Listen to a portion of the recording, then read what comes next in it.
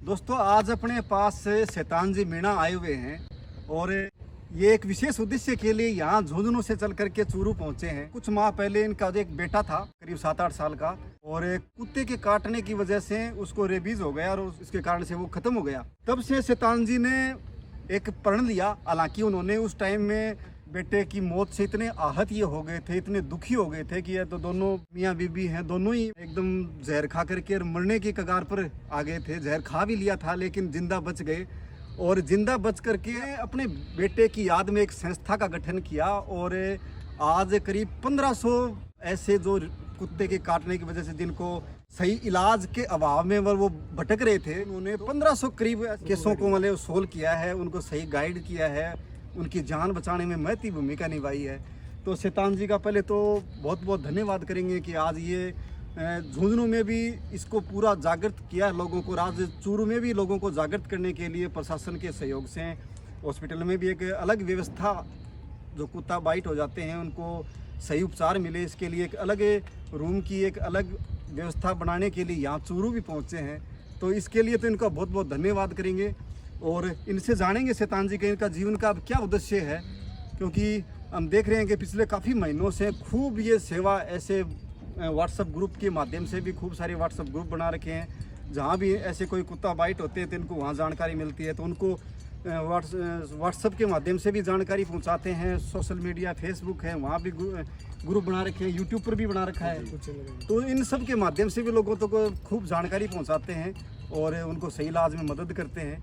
तो शैतान जी पहले तो धन्यवाद आपका, चूरू आप पहुँचे और आप बताओ सब साथियों को, और सब साथियों से आग्रह करूँगा कि इनका जो उद्देश्य है उसको आप खूब जागृत, लोगों को जागृत करने के लिए शेयर भी करें, लोगों तक पहुंचाएं, क्योंकि इसके खामियाजा अपने को भी कहीं ना कहीं कभी ना कभी भुगतना पड़ सकता है।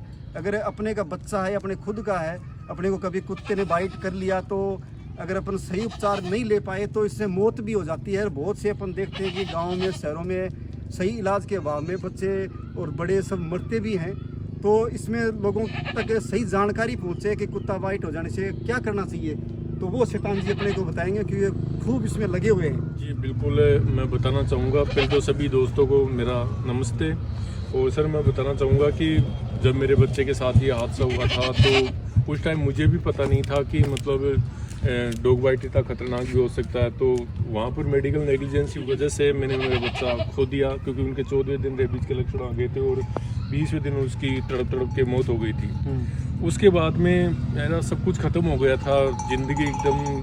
शैतान जी सबको माल देख कर सबको माल आगाह करो इस चीज़ के उसके बाद में महत्वपूर्ण चीज़ है ये। उसके बाद में सब कुछ खत्म हो गया था। आप समझ सकते हो अगर किसी का इकलौता 6 साल का बेटा इस दुनिया से चले जाए और वो भी तड़प के ये कहते हो कि प्लीज़ पापा मुझे बचा लो, और वो कुछ नहीं कर सके सिवाय उसे देखने के, तो उस माँ बाप की क्या हालत होगी। उसके 6 महीने तक तो मैं इतना भयंकर डिप्रेशन में रहा। 6 महीने के बाद में मैंने सोचा कि कुछ ना किया जाए। तो मैंने WHO के आंकड़े पढ़े, भारत सरकार के चिकित्सा मंत्रालय के आंकड़े पढ़े और यूट्यूब पर 1600 से अधिक वीडियो देखे मैंने, जो रेबीज जागरूकता अभियान के लिए थे, डॉक्टरों के थे।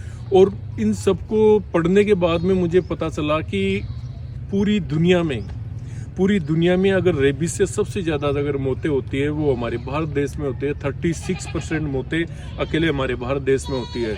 और हर आधे घंटे में कोई ना कोई व्यक्ति कुत्ते के काटने की वजह से या अन्य जो रेबीज वाले जो जानवर है उनके काटने से हर व्यक्ति मारा जाता है हर आधे घंटे में, और हर 1 मिनट में 2 व्यक्तियों को कुत्ता काटता है।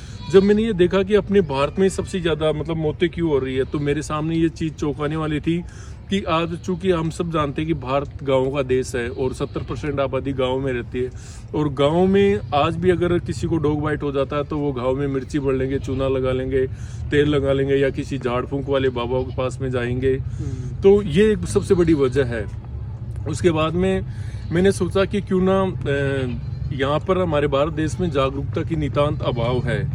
तो मैंने पूरा दिन मेरे सामने था सब कुछ आंकड़े, तो एक रोड में बनाना था। तो फिर मैंने चिकित्सा विभाग झुंझुनू से और वहाँ के शासन प्रशासन से मिलकर प्रिंस रेबीज रोकथाम संस्थान बनाया और लोगों को जागरूक करने के लिए मैंने सोशल मीडिया का मार्ग चुना और आज मैं सोशल मीडिया के माध्यम से राजस्थान के 33 में से 19 जिलों में मैंने इसकी उपशाखा खोली है। और मेरी कोशिश ये है कि मैं मतलब लोगों को जैसे कॉलेज के माध्यम से, विद्यालयों के माध्यम से, महाविद्यालयों के माध्यम से, चिकित्सा विभाग के माध्यम से और आयुर्वेदिक औषधालय के माध्यम से या CHC, PHC और आयुर्वेदिक और इसके अलावा जो आशा सहयोगिनी है, आंगनवाड़ी कार्यकर्ता है, इनके माध्यम से मतलब लोगों को इतना जागरूक करना है, लोगों को इतना जागरूक करना है कि कुत्ते आज भी काटेंगे, कल भी काटेंगे, लेकिन इलाज के अभाव में कोई मौत ना हो। तो इसके लिए मैंने जो गाइडलाइन होती है, जो रेबीज प्रोटोकॉल होता है, उसके लिए मैं लोगों को जागरूक करता हूं। और पिछले दिनों मैंने झुंझुनू के CMHO साहब से मिलकर झुंझुनू के तमाम PHC और CHC के एक डॉक्टर रेबीज प्रशिक्षण करवाया। ये तो डॉक्टरों का रेबीज प्रशिक्षण था। अब सोशल मीडिया के माध्यम से ही मैं जो लोग हैं, जो आम लोग हैं, उनको मैं जागरूक बना रहा हूँ। कुत्ता काट ले तो उसको क्या करना चाहिए? अपने उपचार के लिए कहाँ जाना चाहिए? और उसमें अपने घरेलू क्या क्या अपने उपचार करें वो? बिल्कुल, अगर मान लीजिए किसी को कोई कुत्ते ने काट लिया है तो प्रथम जो प्राथमिक इलाज है वो आप ये कीजिए कि उसको बहते नल से बहते पानी, साफ पानी और साबुन से 15 मिनट तक धोते रहिए।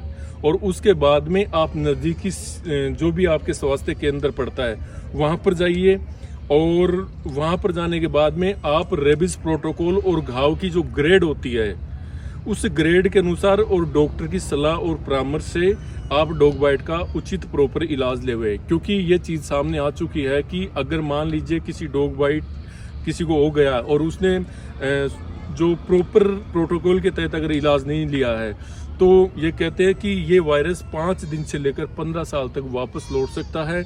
और ये एक ऐसा फैटल है कि मतलब 100% मौत तय है अगर किसी को एक बार रेबीज का लक्षण आ गया तो इस कंडीशन में भी मतलब शैतान जी बताएंगे कि 3 कंडीशन बता रहे थे आप जी। कि साधारण है, जैसे कुत्ते ने कोई रेबीज से ग्रसित कुत्ता है, अगर वो चाट ले तब क्या करना चाहिए? अगर वो काट ले और खून नहीं आए तब क्या करना चाहिए? और काट ले और खून आ जाए तब उसको क्या करना चाहिए? चिकित्सा विभाग की गाइडलाइन है और चिकित्सा विभाग की गाइडलाइन ये कहती है कि अगर मान लीजिए किसी भी व्यक्ति को अगर किसी कुत्ते ने चाट लिया या उसका जो लार होती है वो लगा दिया, मतलब कि अपने शरीर के किसी भी पार्ट को, तो उसको आप 15 मिनट तक बहते साफ पानी से, नल से, टूटी से आप साफ कीजिए। रेबीज से ग्रसित कुत्ते से लार लगा दिए से, हाँ। तो उससे भी नुकसान है? बिल्कुल, आप जब तक उस लार को दोगे नहीं पूरी तरह से, तो अगर मान लीजिए बॉडी के अगर वो नाक के माध्यम से या मुंह के माध्यम से या आँख के माध्यम से अगर बॉडी में प्रवेश कर गया तो वो तो मौत है फिर। अच्छा, बिल्कुल ये है। तो यहाँ पर वो साफ कर दो और नो रिक्वायरमेंट इलाज की। और उसके बाद में मान लीजिए अगर किसी कुत्ते ने, जो गाइडलाइन कहती है, गाइडलाइन में साफ साफ लिखा है, अगर किसी कुत्ते ने खरेज कर दिया और खून एकदम चमक रहा है लेकिन खून निकले नहीं है तो वो ग्रेड 2 में आता है, ऐसा गाइडलाइन बोलती है चिकित्सा विभाग की। और उसका इलाज उस गाइडलाइन में साफ साफ लिखा है, उनको तुरंत आप 15 मिनट तक बहते साफ पानी में धोइए और धोने के बाद में आप नजदीकी स्वास्थ्य केंद्र पर जाइए और जो खरेज है उस खरेज के अनुसार, अगर मतलब घाव की ग्रेड और रेबीज प्रोटोकॉल के अनुसार और डॉक्टर की सलाह और परामर्श से आप डॉग बाइट का उचित इलाज लेवे। और डॉक्टर जो शेड्यूल बनाएगा एंटी रेबीज वैक्सीन खाने का, तो उस शेड्यूल के अनुसार वो टीके टाइम टू टाइम लगवाते रहे। ऐसा ये ग्रेड 2 है। और एक ग्रेड 3 होती है सर। तो ग्रेड 3 में क्या होता है कि अगर मान लीजिए किसी जानवर के काटने से ट्रांसडर्मल मतलब एक या एक से अनेक घाव हो गए, खून आ गए, तो उसको ग्रेड 3 में मानते हैं। और ग्रेड 3 का इलाज है, उसमें ARV तो लगेगा ही, एंटी रेबीज वैक्सीन तो लगेगा ही लगेगा, साथ में उसमें एक ARS anti rabies immunoglobulin serum लगती है। तो वो इन दोनों में अंतर ये है कि जो ARV है वो शरीर में 7 से लेकर 15 दिन बाद तो मतलब एंटीबॉडी बनाता है रेबीज के वायरस से लड़ने के लिए, जबकि जो ARS है ये अपने आप में इम्यूनिटी बना हुआ है ऑलरेडी, तो ये तुरंत रेबीज के वायरस को मार देता है। तो साइट ऑफ बाइट जैसे बॉडी के अगर मस्तिष्क के अपर पार्ट को काटा है तो ये ARS से मतलब डॉक्टरों को जरूर लगाना चाहिए पेशेंट। आप बता रहे थे कि कुत्ता काट से घाव में लगाना है। हाँ जी, तो घाव में और घाव के चारों तरफ होता है उसमें भी एक इंजेक्शन लगा, उसका क्या नाम है इंजेक्शन का? ARS है, वो उस घाव में भी लगवाना चाहिए तभी जाकर उसका। पास्चर सब जानते हैं, पढ़ा है खूब सारा, तो उन्होंने पूरी जिंदगी इसमें लगा दी थी क्योंकि उसके गांव से 8-9 लोगों को कुत्ते ने काट लिया। तो उन्होंने ये तय किया था कि मैं जीवन में इस बीमारी का या इस रेबीज़ का मैं इलाज ढूंढ के रहूँगा, और पूरा जीवन खपा दिया। और शैतान भाई हैं ये ऐसे जो डॉग बाइट वाले जो हैं पीड़ित भाई बंधु जो भी हैं, तो उनके लिए पूरा जीवन अपना समर्पित कर दिया है। और अपनी बेटे की याद में एक संस्था बनाई है, प्रिंस रेबीज रोकथाम संस्थान।